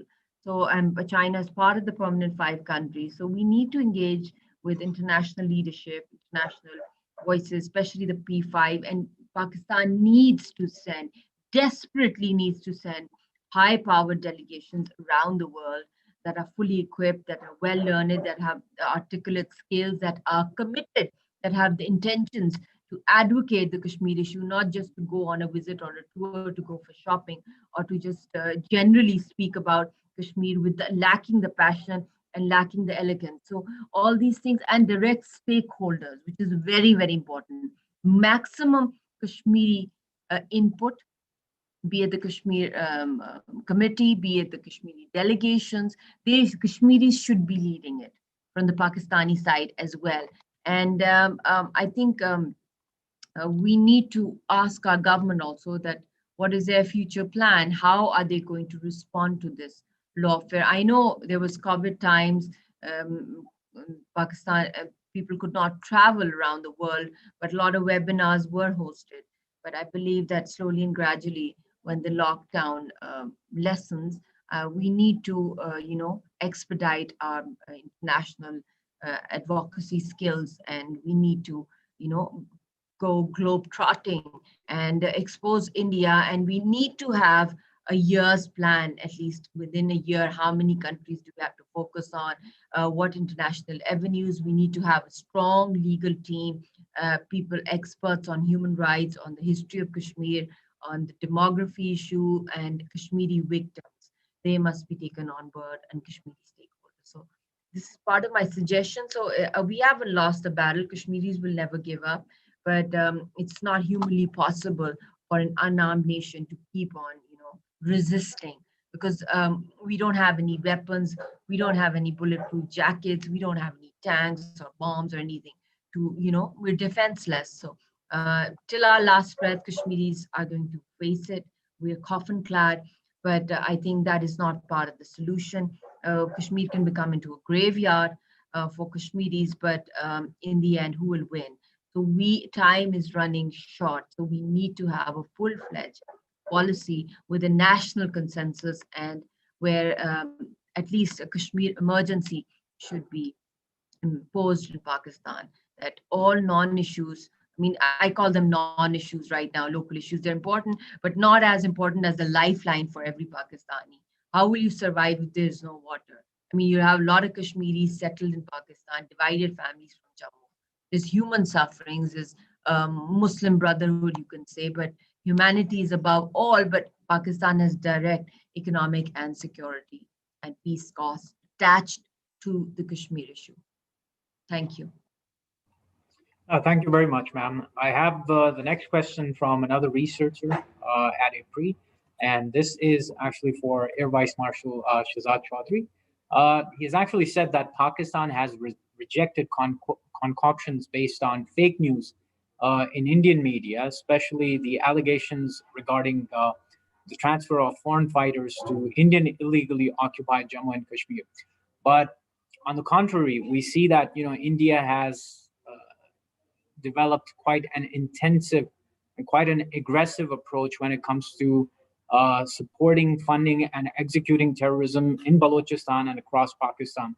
So he's actually asking that how should Pakistan go about building its case in the diplomatic, political, and the legal realm internationally to expose India's hybrid war tactics against Pakistan. Over to you, sir. Yeah, we're talking about Kashmir, and then we, of course, along with that, we're talking about an ongoing war that India has launched against Pakistan. So there are two aspects or two things to it. One is related to Kashmir. The other is the war that goes on in Balochistan and the Khyber Pakhtunkhwa.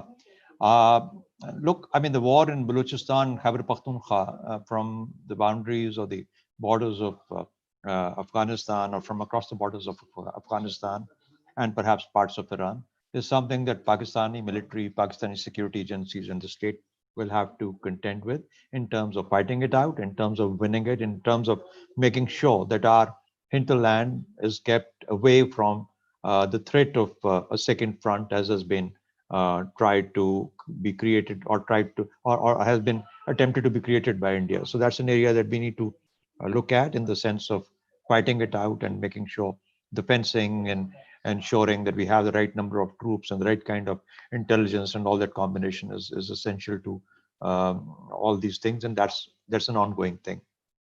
The second aspect is that we want to take this to the world. We want to take this battle or to this war, or this aspect of the Indian state to the world. And however, specifically, of course, the dossier mentioned about what is happening in Afghanistan, what's happening in Balochistan. And I'm talking about the dossier that the Pakistani government put out recently in terms of the Indian plans and Indian actors who are active in Afghanistan and Pakistan. Now that's a message that has been taken to the world that it needs to be persisted with. That is one side of it. But along with that, we need to look at Kashmir also, and how India, while this war goes on and Pakistan is being forced to look at or fight a battle of reverse frontier, as it is popularly called in the operational lexicon. But our main concern and our main focus continues to be the eastern borders, and especially Kashmir. And that's an area, and that's a message that we need to take to the world. Politically, diplomatically, the question is, how do we take it? First and foremost, in my judgment, Pakistan within itself and in itself needs to be very clear as to what is Pakistan's own preferred position in terms of Kashmir. Now, we've stated, we have statements, and we have this long-standing position on Kashmir, and it's strengthened by the UNSC resolution. But then I see a lot of cliched fallback, cliched resort to cliched positions. India has played a hand in Kashmir. It's played its cards on Kashmir. Obviously, it is now waiting for the rest of the region to play its cards on Kashmir. You see a part of it which has emerged from China. It's waiting for Pakistan to play its cards. Say, what does Pakistan have now? They put their cards on the table, at least some of them. They may still have some in their hand. So it's an ongoing strategic and tactical political pursuit. I don't think that Pakistani state, Pakistani policy, Pakistani thought leaders are as yet willing to go beyond their conventional, rhetorical, stated, cliched positions to the reality of what looks them in the eye. And that's a failing that I find in the Pakistani state and Pakistani responses. It's very easy to trash India. It's very easy to see what is wrong with them. It is very easy to take the cause of Kashmir to the world and say how Kashmiris are being persecuted. But has ever the wailing and crying of people even created a sympathy anywhere in the world? We need to look at how states got their independence, the states that have recently got their independence, and we need to look at that very closely. Along with that, also look at the fact that there are certain things which are doable in the current strategic context. The strategic context has been imposed upon you. I mean, look, we have two things that we're falling back on. We're falling back on one thing, and with due respect to Javed Jabbar Sahab, who I respect greatly, the fact is, shall I wait for India to break up for Kashmir to be resolved? That's a question that I need to ask myself, and perhaps the rest of us need to. Shall I wait that long, 20 years, 50 years, 100 years?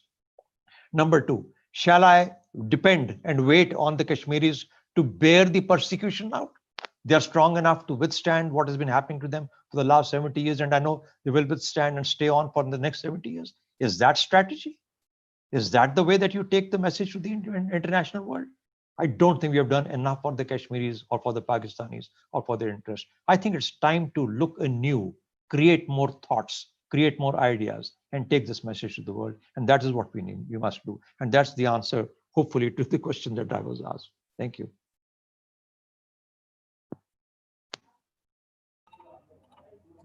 Thank you so much, sir. Now I will move on and pose our next question to Senator Javed Jabbar.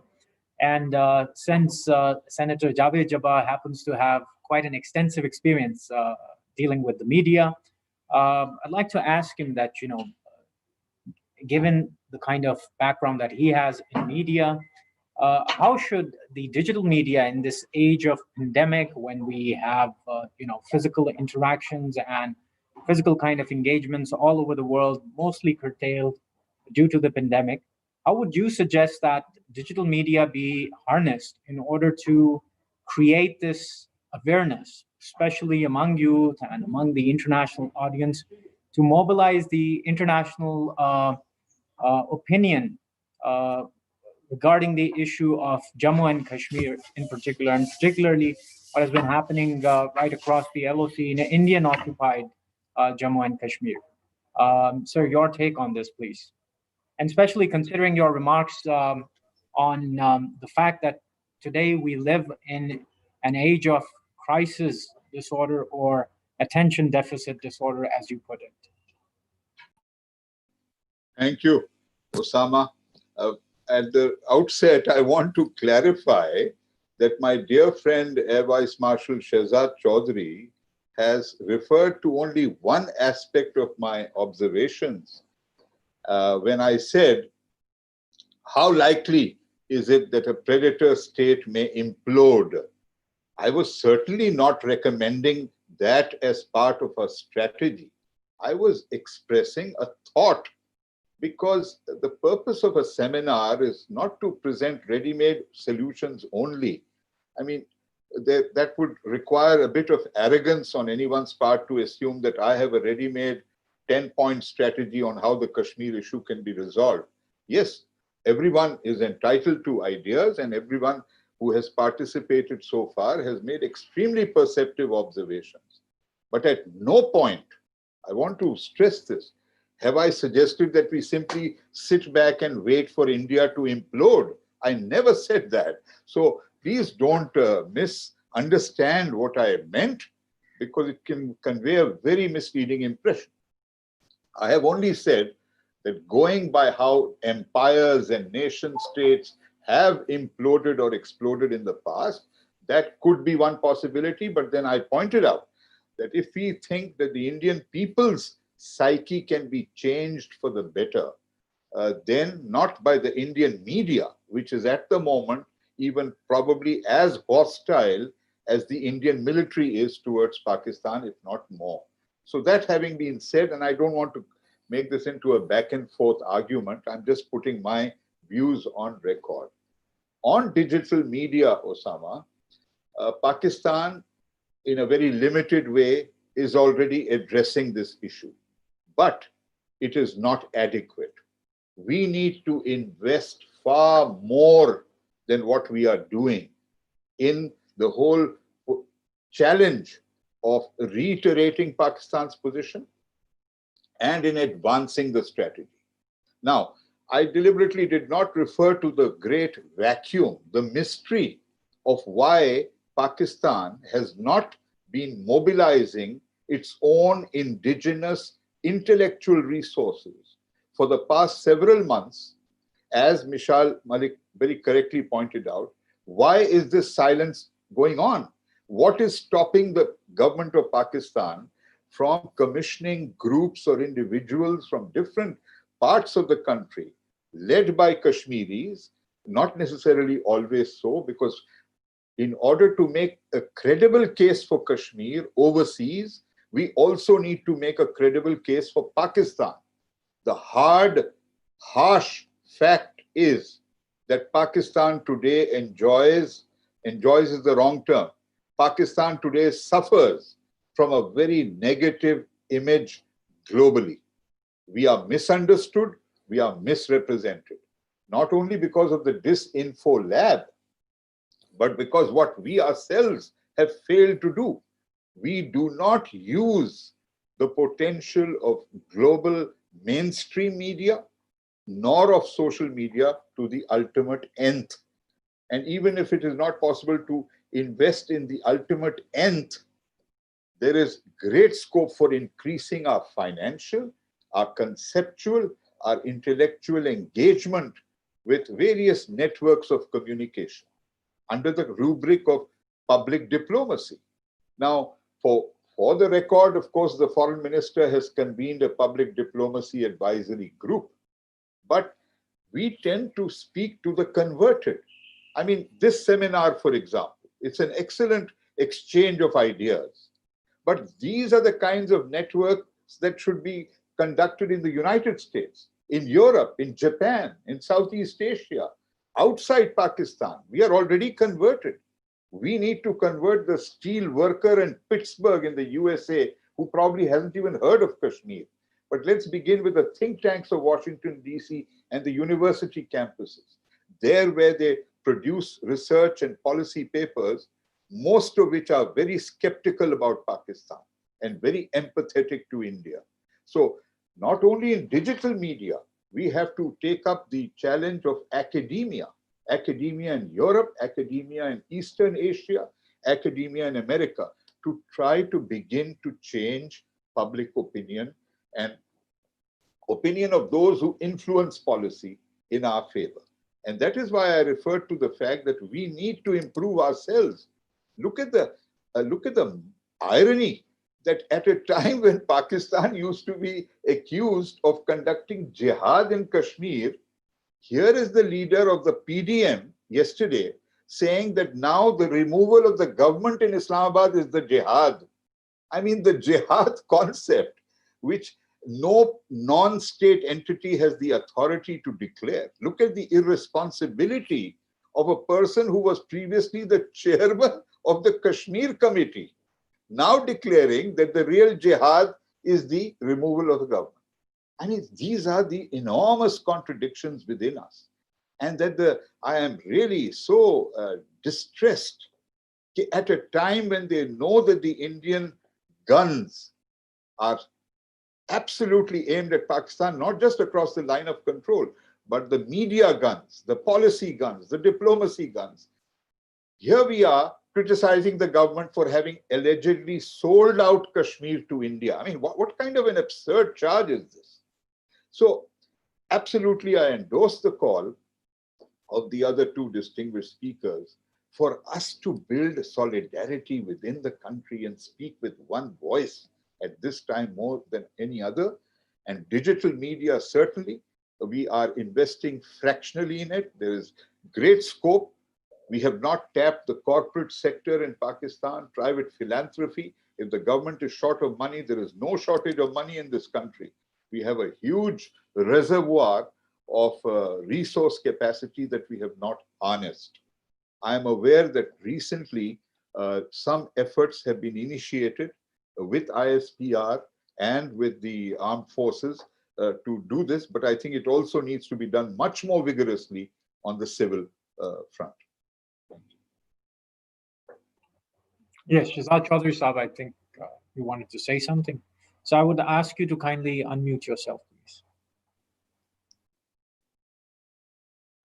Yes, thank you very much, Osama. No, I just wanted to come in to clarify the point that Javed Jabbar Sahab made, and in no way can I ever take an opposing position to what Javed Jabbar Sahab has said.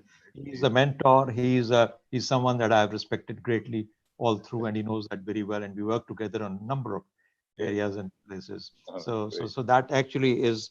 I was only building on to what he had led us into. And I was more concerned with the fact that our political or public face when talking about Kashmir, especially in these setups and forums like the one that we are holding, which is of course laudatory in itself, as Javed Jabbar Sahab has said, but the fact that we tend to take very established positions and because it is safer to take established positions. We are not known to challenge our positions, our own positions, our established positions. And that is what actually leaves the intellectual interaction to a very, sort of known areas, if not average. And that's why we are not coming up with new ideas and thoughts. So that is my contention. That is my basis of my raising the point. But two areas that I must, sort of reinforce what Javed Jabbar Sahib has said. Number one, engaging can you realize in the Foreign Office, the foreign minister doing a meeting of whatever the advisory group that it does, and can you imagine of those 30 or 20 odd people who he must be gathering, anyone challenging the position of the state of Kashmir, state of Pakistan on Kashmir, the known positions? I mean, they don't need to be called in to be restate or retold as to what the government of Pakistan thinks or has thought for the last 70 years. Not a single soul will ever have the courage to actually, say something challenging Pakistan's established position on Kashmir. And that is where the morbidity of thought, unfortunately, takes us down to and takes it away from us. That is why intellectual capital beyond formal official advisory groups is key to our discussing this issue of Kashmir. Absolutely essential. Number two, I would reinforce, and second is his opinion about going to Pittsburgh. He and I will be the prime candidates for that. But the larger point that he makes is that is where we need to take this discussion. We're already, preaching to the converted is not how Kashmir will be brought about or changed in terms of how people perceive Kashmir. We need to go to think tanks. We need to go to people who will actually make a difference when they speak about Kashmir in the manner that we want them to. Thank you very much. Thanks for letting me in at the fag end of your this thing.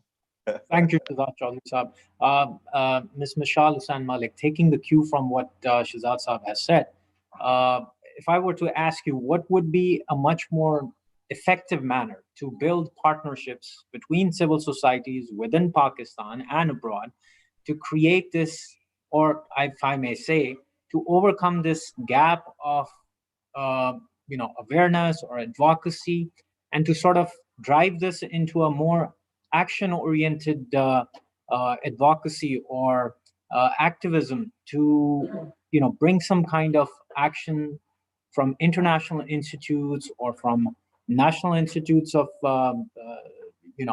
Western countries on the issue of Jammu and Kashmir itself. So, Ms. Mishal Hussain Malik, if I can have your remarks on this, please.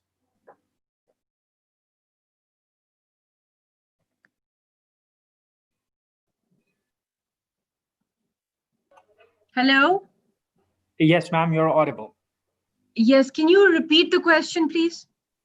My question was, this was with respect to what Shahzad Chaudhry Saab has said in terms of, creating a better narrative or to come about in a much more effective manner. How would you suggest that Pakistan should go about building far more established linkages between the civil society within Pakistan and civil society abroad, particularly to create a far more effective and action-driven narrative, particularly on the issue of Jammu and Kashmir? So, what would be your thought on this? I think, as I mentioned earlier, also that it's very, very important for us to have a full-fledged internationalization strategy that should be bolstered by a strong public relations effort, just like the Disinfo Lab case, which exposes India internationally of, selling their false propaganda, hyper-propagandistic approach towards Pakistan and towards Kashmir, and then what they're doing at the FATF, trying to get Pakistan blacklisted, trying to link Kashmir cause, God forbid, with terrorism. So it's very, very important that the key stakeholders, the faces of Kashmir, the people who are available internationally or very active Kashmiri diaspora, they should be brought on board, or some kind of international commission should be formed with Kashmiri stakeholders that are overseas and with the Pakistanis who are active internationally, because this is basically an international case. It's not just about emotionalism. So I think we need to focus on ways of, internationalizing it under the international peace and security endangerment. So that makes the case even stronger in the UN Security Council. Then, as I said, we have to explore ICJ. My case can be taken to the ICJ if the government of Pakistan analyzes this case and a case of Asian Rabi for the release her son is over here, and then taking the LOC victims abroad, exposing that to the world. So I think it's important that we should have a full calendar on, and especially when the UN session takes place. I think Kashmiri delegation should also be taken abroad with the Pakistani government.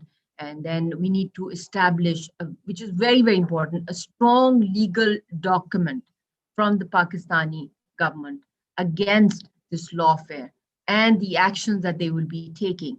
We can take it in ethnic cleansing, genocide, which is the highest crime in the world, war crimes that are being committed, leadership is being eliminated, and they're trying to, completely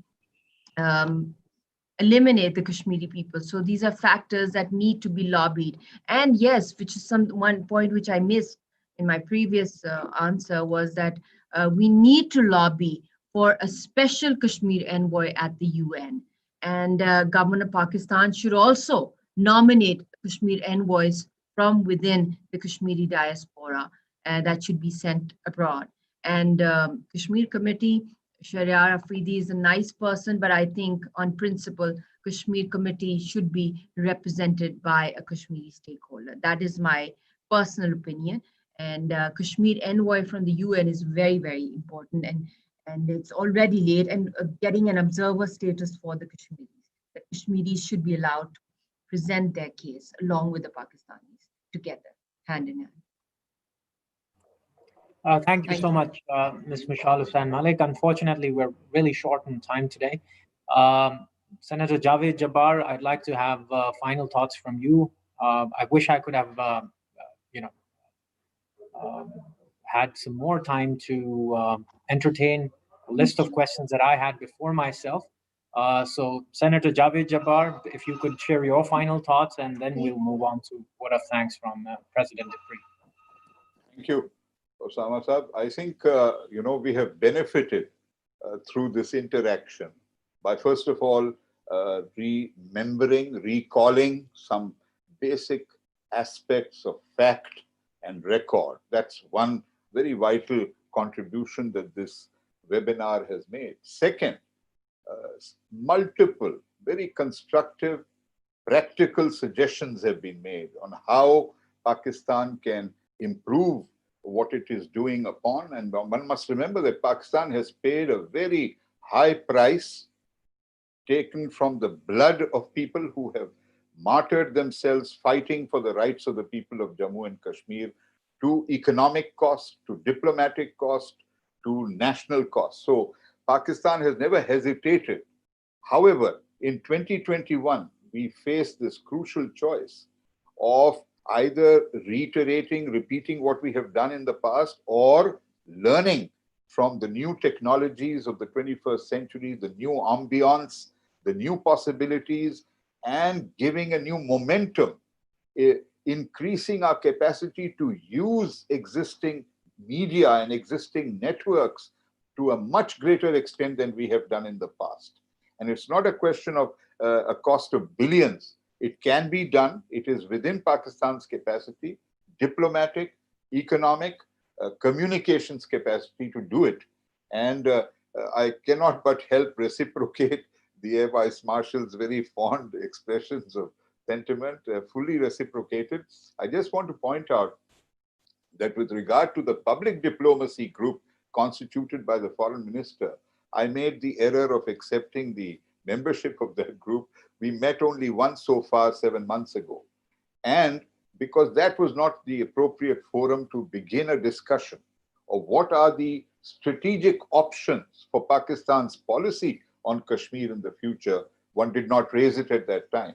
But in a smaller group, one should, and without being necessarily held to be betraying Pakistan's historic position.